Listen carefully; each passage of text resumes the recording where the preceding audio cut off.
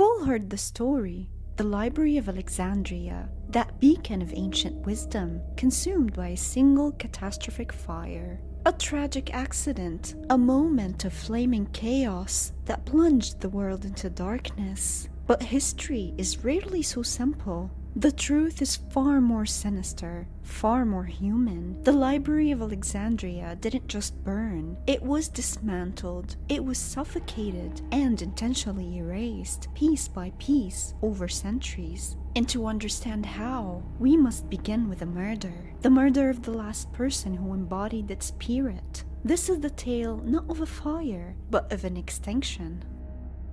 The popular myth points a finger at Julius Caesar. In 48 BC, during a civil war, Caesar's forces set fire to the Egyptian fleet in the harbor, and the flames allegedly spread to the city, damaging warehouses near the docks that, according to later historians, held scrolls. But did this destroy the great library itself? The historical record is frustratingly vague. The Roman philosopher Seneca, writing a century later, reports the loss of 40,000 scrolls, a devastating number, to be sure, but likely a fraction of the library's total holdings. The library complex itself appears to have survived, as the geographer Strabo describes studying there decades later. Later, we hear of other attacks. The Emperor Aurelian sacked part of Alexandria in the 3rd century CE, damaging the Bruchian district where the main library was housed. And then there's the Christian Emperor Theodosius I, who in 391 CE decreed the destruction of pagan temples. The Serapeum, a magnificent temple that housed the city's primary public library by that time, was razed to the ground by a Christian mob. But here is the critical point we so often miss. Focusing solely on these moments of physical destruction is like diagnosing a patient's death by looking only at the final fall. The body was already sick, the spirit was already dying, but the true death of the library arrived in a bloodletting. It occurred the day a mob murdered Hypatia, the last guardian of its flame, and its greatest scholar and final symbol. In the city of Alexandria in 415 CE, the air was thick with tension. It was a city on a knife's edge, a once great cosmopolitan capital, fracturing along new fault lines of faith and power. And at the center of the storm was a woman, Hypatia. Hypatia was not only a scholar, she was a phenomenon. Born around 355 CE, she was the daughter of Theon, the last known mathematician and astronomer associated with the Museum, the great research institution that housed the library. Theon educated her in everything: mathematics, astronomy, philosophy. And she didn't just learn, she surpassed him. She became the head of Alexandria's Platonic school, a position of immense intellectual prestige. But what made Hypatia truly extraordinary was the nature of her work and her teaching. She wasn't just preserving knowledge, she was advancing it. She wrote commentaries on complex mathematical works, refined the design of the astrolabe, and developed a more efficient form of long division. Her mind was a living, breathing extension of the library's mission. Her philosophy was Neoplatonism, a school of thought that saw mathematics as a sacred language. For Hypatia and her students, the patterns in algebra, the logic of geometry, the orbits of the planets, these weren't just curiosities. They were glimpses of a rational cosmic force, the One. This was science infused with spirituality, a quest for unity with the fundamental order of the universe. And crucially, this quest was open to all. In an age of increasing religious dogma, Hypatia's classroom was a sanctuary of intellectual neutrality. She, a pagan in a now Christian empire, taught pagan, Christian, and Jewish students alike. Her authority came from reason, from demonstrable truth, from the power of a well-argued idea.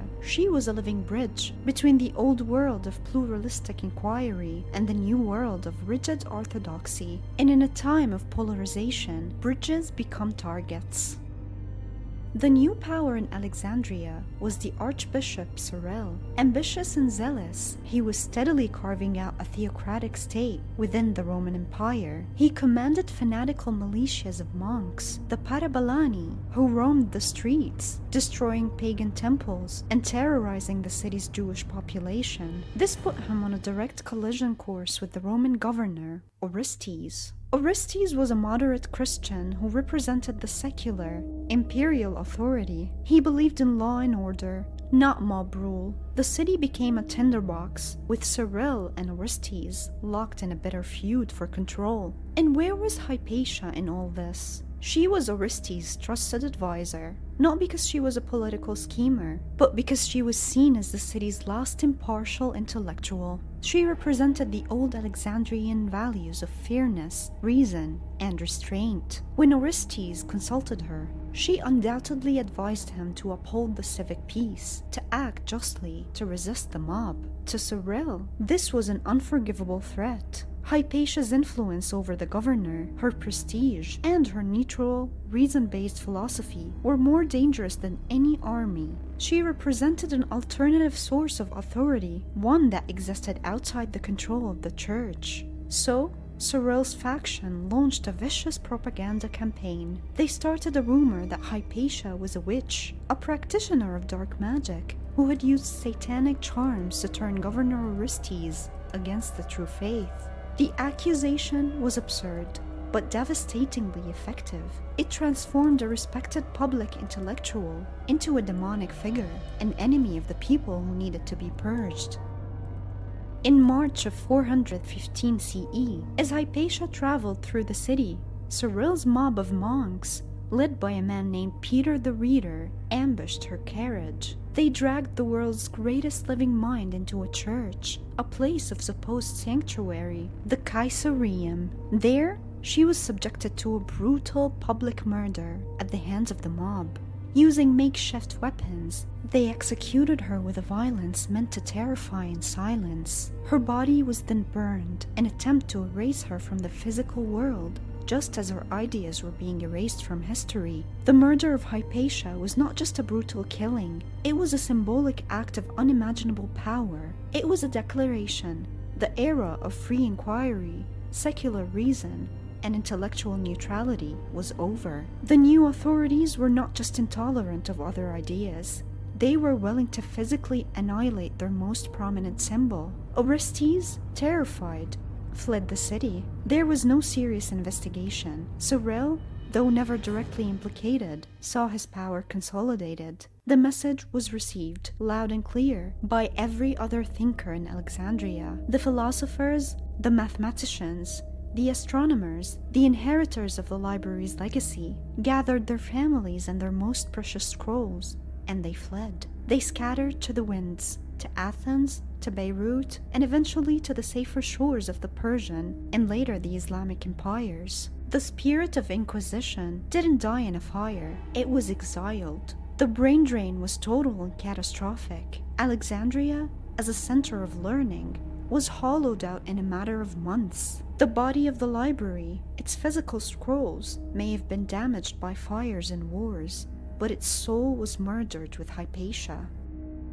So, how do you intentionally erase a library? First, you delegitimize its knowledge. You label the pursuit of certain truths as pagan, heretical, or demonic. You attack not the books, but the very reason for reading them. This is what Cyril's faction did. They created an intellectual environment where studying Plato or calculating the circumference of the earth was not just unfashionable, but dangerous. Second, you destroy the ecosystem that supports it. A library isn't just a building with books. It's a community of scholars, teachers, and students. It's a funding model. It's a culture that values asking difficult questions. By murdering Hypatia and terrorizing the intellectual class into exile, the authorities shattered that ecosystem permanently. The Museion, the institution that housed the library, vanishes from history after this period. Without scholars to care for them, the remaining scrolls would have rotted away in neglect, used as kindling,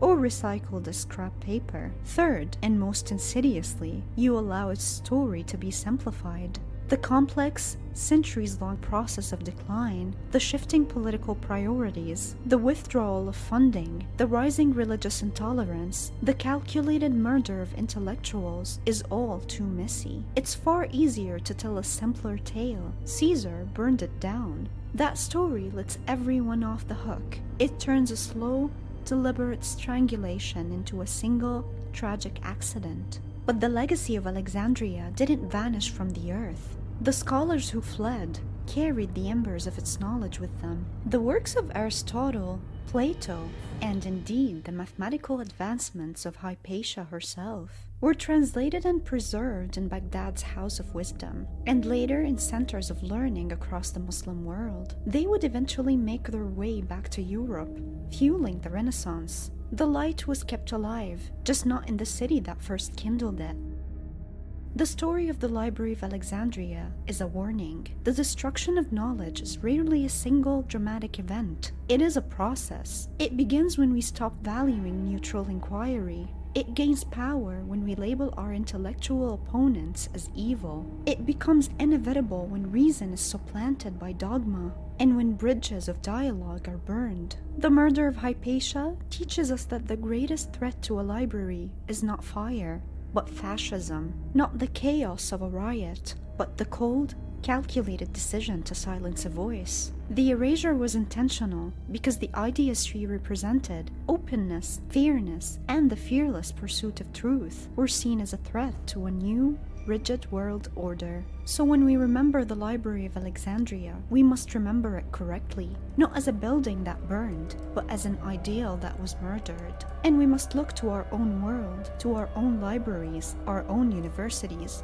our own digital spaces of discourse. Are we building upon the legacy of Hypatia, encouraging environments where ideas can be debated freely and without fear? Or are we, through our own intolerance and intellectual laziness, quietly laying the groundwork for another, slower, but just as final erasure? The ghost of the great library doesn't haunt the ruins of Alexandria. It haunts every place where we choose to stop asking why. It challenges us to be guardians not just of information, but of the fragile, human spirit of Inquisition itself. Watch the next video to discover more bizarre murders throughout history, and let us know in the comments below which historical event you'd like us to unravel next.